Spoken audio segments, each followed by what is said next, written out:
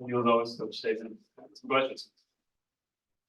Yeah, just really, I mean, McIntyre was outstanding finishing the game, and Brady's pitch count got up and didn't have his best stuff, but he battled out there. And you think about the fourth inning where they had a chance to take the lead, and they line out. Two pitches before that was strike three, breaking ball. I didn't call it. The game can change on one pitch. And, thank goodness we had the shortstop shifted around a little bit. All the little things add up, and just moving him, a little scouting going on there that can do that. And it's, he lines out, we hold him there.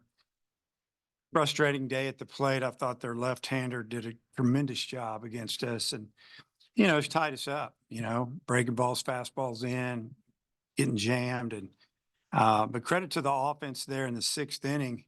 We had a 2-strike home run that gave us the lead. And then we had another 2-strike home run opposite field that put us up 3 then, because we had a homer before that on the first pitch. And then another 2-strike triple that scored 2, put us up 5, and then they wild pitch in the 6th run. I mean, that's how quick it can happen. I tell our guys all the time, no lead's safe, and you gotta keep building on it. And that's why it was just really good to have McIntyre in the game at that time. He was well rested. Once it got to the point where we're throwing a couple of innings, it's like, hey, just let him go. We're not going to use him tomorrow anyway. But he's got to go out there and pitch well, and he did. And that was big to save our pen.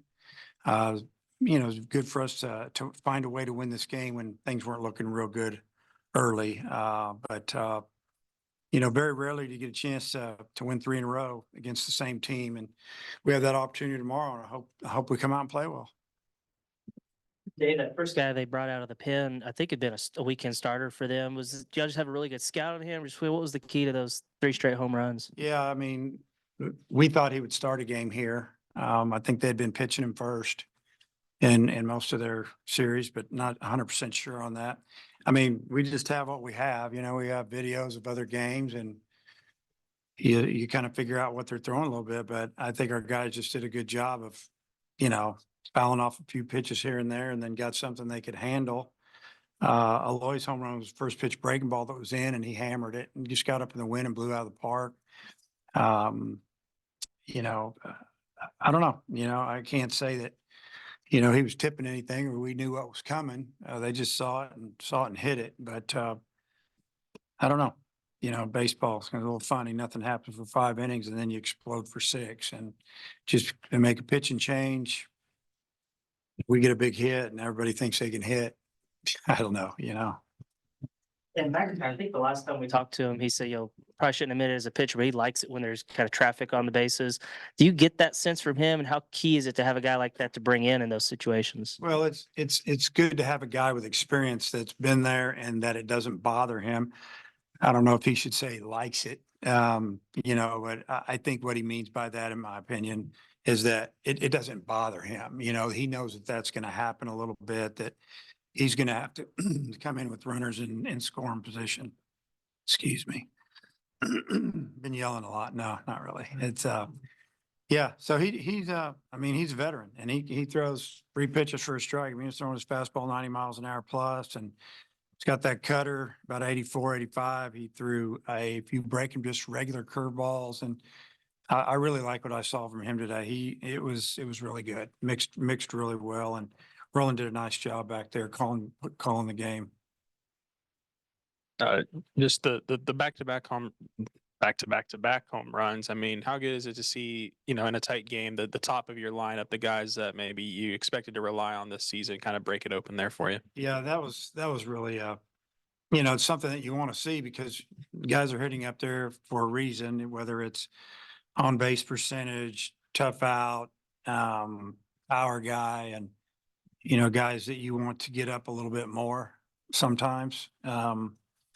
And for them to bust it open like that was big. I thought Stovall's at bat set the tone, and the ball hit out of the park was, I don't know if it's 2-2 or 3-2, but it was some type of, it wasn't a fastball, it was a cutter, I think. It could have been a change, but I think it was a cutter. Loy had a different pitch. He had kind of a breaking ball, semi cutter. I kind of think he's kind of using it as a slider. And then, Diggs just fought off a bunch of pitches and got behind quick, fought, and then got something elevated. And he just clubbed it and it took off in the wind. So, yeah, they kind of, obviously that sparked us. Once we got 1-run lead, a little relief after we got 2 and 3, you start thinking the way we're pitching, that we're in good shape.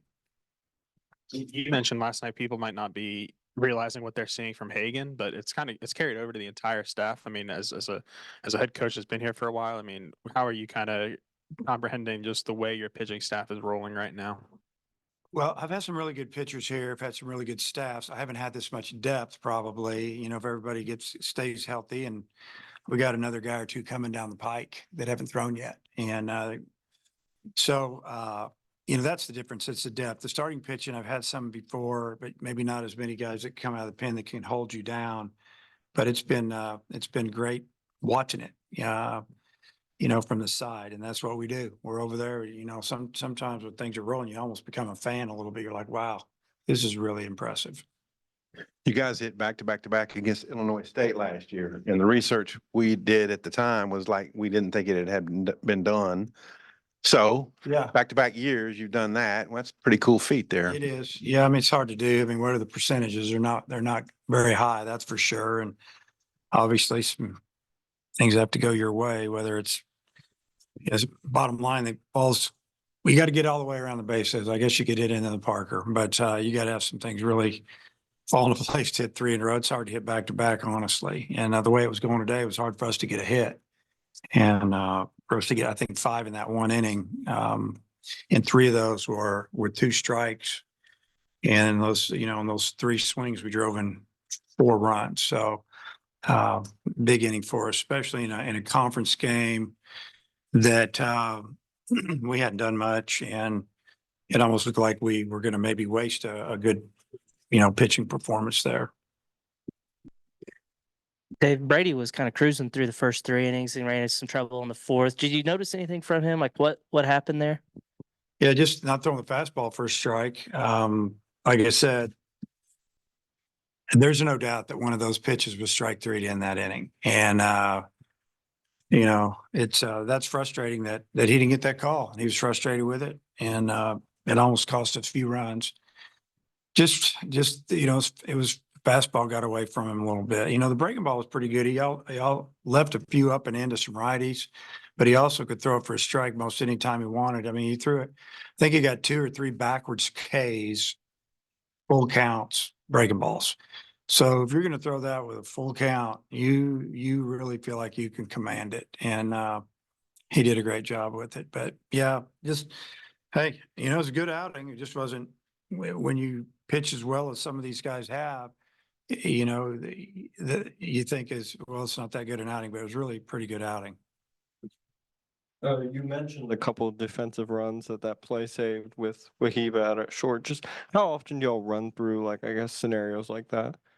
Well, they have a card in their back pocket, all the infielders, and then they have something on their wrist that will tell them signs. And then we're in the dugout moving them even more. So they're already know our scouting report, and we meet with them and we go over it and say, okay, this guy, until 2 strikes, man, he's pull. But then with 2 strikes, we got to move back around a little bit, or vice versa, whatever we do. It's not always 100%, but if you're just going with the percentages, that's why we had, Aloy up the middle like that. And right when he hit it, it was right at him. It was just a matter if he could jump high enough to catch it. Looks like he did.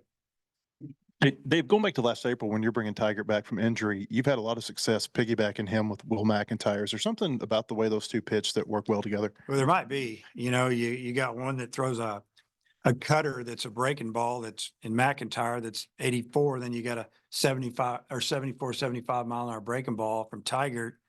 So it's a little confusing probably for a while, but today McIntyre got through the lineup a couple of times.